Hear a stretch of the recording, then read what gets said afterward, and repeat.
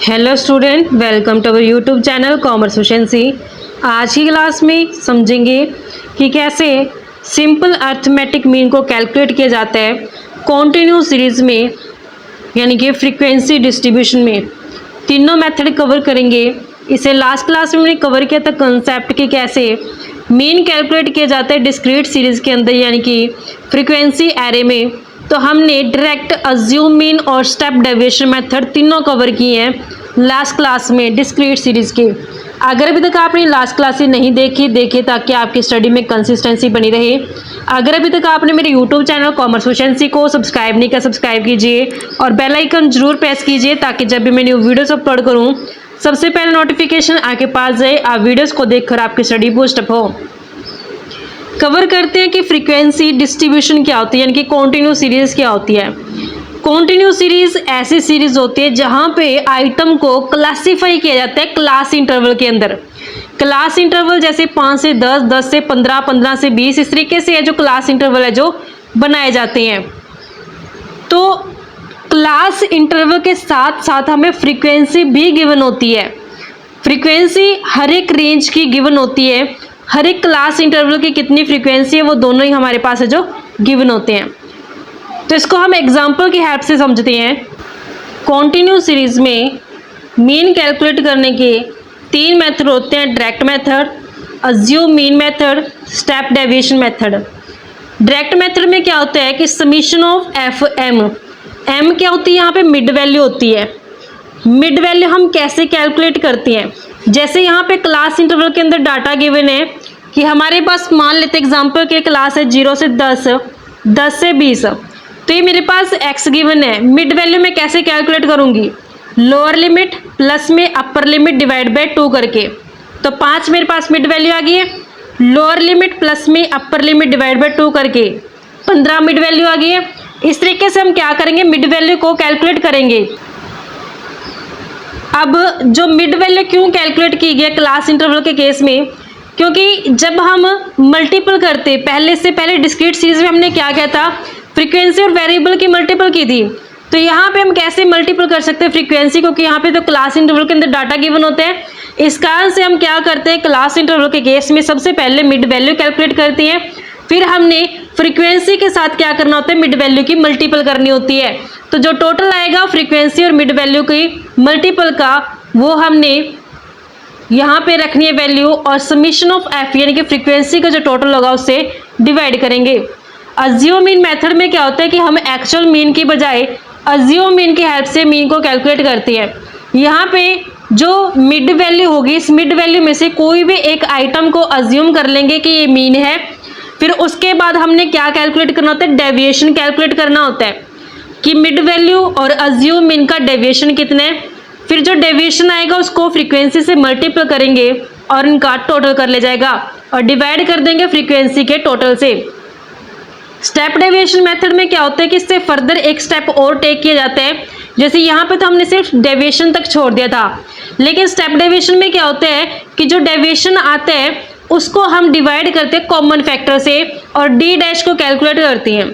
ऐसा क्यों करते हैं, क्योंकि जब हमारे पास डाटा बहुत ज़्यादा वैल्यू में आता है ना, तो इसको सिंप्लीफाई करने के लिए डी डैश यानी कि हम स्टेप डेविएशन मेथड को यूज़ करते हैं। तो इससे क्या होता है, डाटा हमारा सिंपल हो जाता है।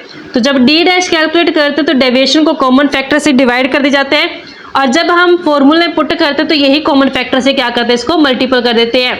तो इस तरीके से हमारे पास ये तीनों मेथड यूज़ करके हम कॉन्टिन्यूस सीरीज के अंदर अब मीन कैलकुलेट करेंगे। एग्जाम्पल लेते हैं कि हमारे पास मार्क्स गिवन है और नंबर ऑफ स्टूडेंट गिवन है। 0 से 10 के बीच में नंबर लेने वाले टोटल 20 बच्चे हैं। 10 से 20 के बीच में नंबर लेने वाले टोटल 24 बच्चे हैं। 20 से 30 के बीच में नंबर लेने वाले टोटल 40 बच्चे हैं, और 30 से 40 नंबर लेने वाले बच्चे 36 हैं। 40 से 50 के बीच में नंबर लेने वाले बच्चे टोटल 20 हैं। इस तरीके से मेरे पास स्टेटमेंट गिवन है। अब मैं सबसे पहले डायरेक्ट मेथड की हेल्प से मीन कैलकुलेट करूं तो फॉर्मूला क्या रहेगा, summation of F M divide by summation of frequency. तो मुझे क्या चाहिए, पहले मिड वैल्यू चाहिए। तो मिड वैल्यू कैलकुलेट करते हैं। मिड वैल्यू हम कैसे कैलकुलेट करते हैं, lower limit plus upper limit divide by 2 करके 0 प्लस 10 डिवाइड बाय 2 करेंगे तो 5 आ जाएगा। 10 प्लस 20 10 प्लस 20 डिवाइड बाय 2 करेंगे 15 आएगा। 20 प्लस 30 डिवाइड बाय 2 करेंगे 25। 30 प्लस 40 डिवाइड बाय 2 करेंगे 35। 40 प्लस 50 डिवाइड बाय 2 करेंगे तो 45। इस तरीके से मेरे पास मिड वैल्यू आ गई है। अब मुझे क्या करना है, फ्रीक्वेंसी का और मिड वैल्यू का मल्टीपल कर देना है। फ्रीक्वेंसी और मिड वैल्यू 20 गुना 5 तो 100 बनेगा। 24 गुना 15 360। 40 गुना 25 1000। 36 गुना 35 1260। 20 गुना 45 900। अब मुझे समीशन ऑफ FM यानी कि क्या करना है, इनका टोटल करना है। 3620 इनका टोटल आ गया और फ्रीक्वेंसी का टोटल जो बनता है वो 140 है। तो मेरे पास वैल्यूज़ आ गई हैं। अब मैंने फॉर्मूला में पुट कर देनी है वैल्यू। समीशन ऑफ FM 3620 और जो फ्रीक्वेंसी का टोटल है वो 140 है। 3620 डिवाइड करेंगे 140 से तो 25.8 और 6 आएगी इसकी वैल्यू। तो ये मेरे पास क्या आ गया, मीन आ गया। किस मेथड से, सिंपल जो हमारा डायरेक्ट मेथड है उससे। अब नेक्स्ट आते हैं assumed mean method. Assume mean method में क्या होता है कि हम एक्चुअल मीन की बजाय अज्यूम कर लेते हैं मीन। तो फॉर्मूला क्या रहता है, अज्यूम मीन प्लस में summation of FD divide by summation of F। तो मुझे क्या करना पड़ेगा, डेविएशन कैलकुलेट करना पड़ेगा। डेविएशन हम कैसे कैलकुलेट करते हैं, मिड वैल्यू में से माइनस करके अज्यूम मीन को। तो जो हमने ये मिड वैल्यू कैलकुलेट की है इसमें से अज्यूम कर लेते हैं कोई भी एक वैल्यू को एज ए मीन के रूप में। अगर हम इस मिड में जो वैल्यू 25 है इसे अज्यूम कर लें तो हम डेविएशन कैलकुलेट करते हैं। तो डेविएशन कैसे कैलकुलेट करें, मिड वैल्यू माइनस में अज्यूम मीन करके। अज्यूम मीन मैंने कितना ले लिया 25।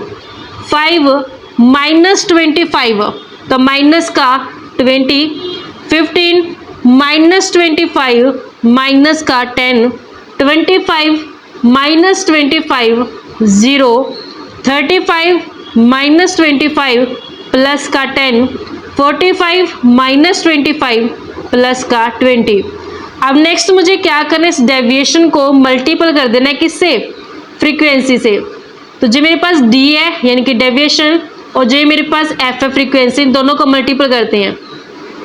20 इंटू माइनस 20 तो माइनस का 400।